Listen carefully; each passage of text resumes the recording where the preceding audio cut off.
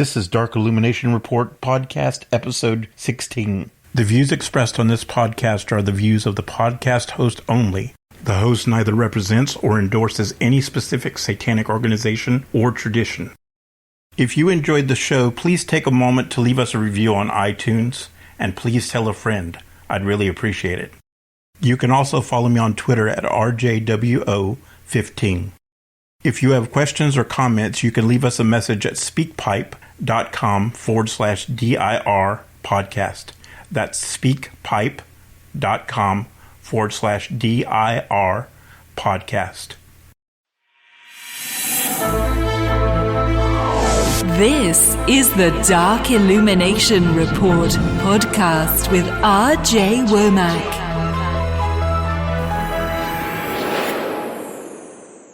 Hey everybody, thanks for joining me for this episode.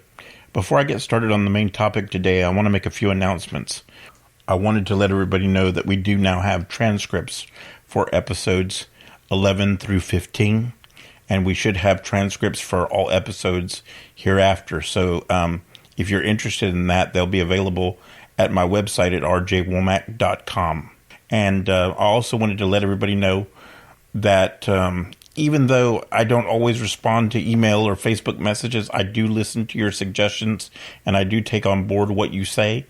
And I'm going to be implementing some of those things shortly. So I just wanted to let you know that I may not always respond, but I do appreciate your feedback and I do listen to it.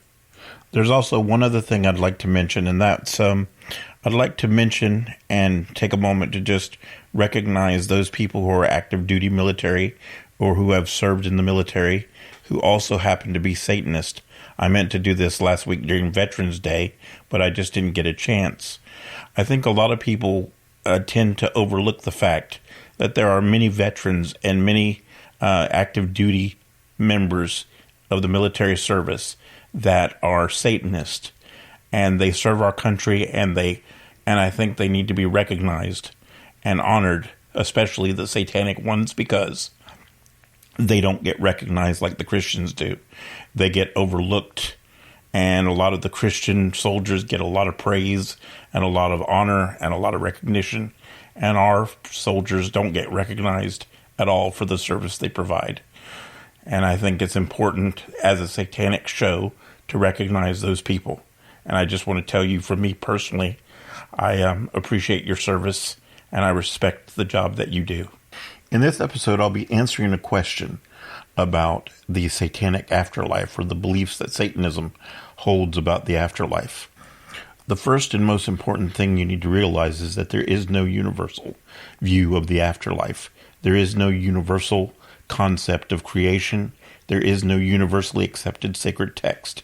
This is something that all newbies to Satanism need to understand.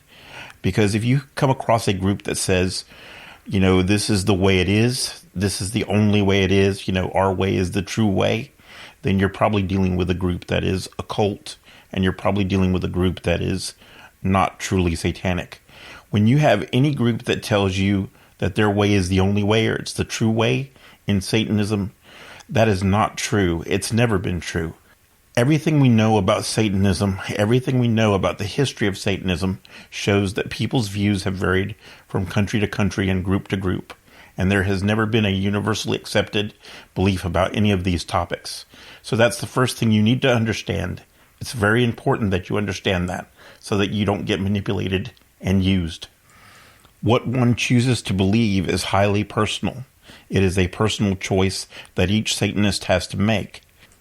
You have people who have the atheistic view, and you have people who have the 13th century Luciferian view that Satan will recapture heaven and sit on the throne of God. So the beliefs about the afterlife among Satanists vary widely, and they basically cover any set of beliefs you can think of. I mean, there are people who believe that there is a place where Satan exists, but there is no Christian God. And there are people who believe that Satan exists and he's the supreme God and there is no afterlife. There are people who believe that the purpose of Satanism is to get people to sin and then get people to burn in hell. Although that's a small minority, there are people that believe that out there. There are essentially two types of people. People that make up their beliefs and decide what they believe based on what they think, and people who make up their beliefs based on what they've experienced.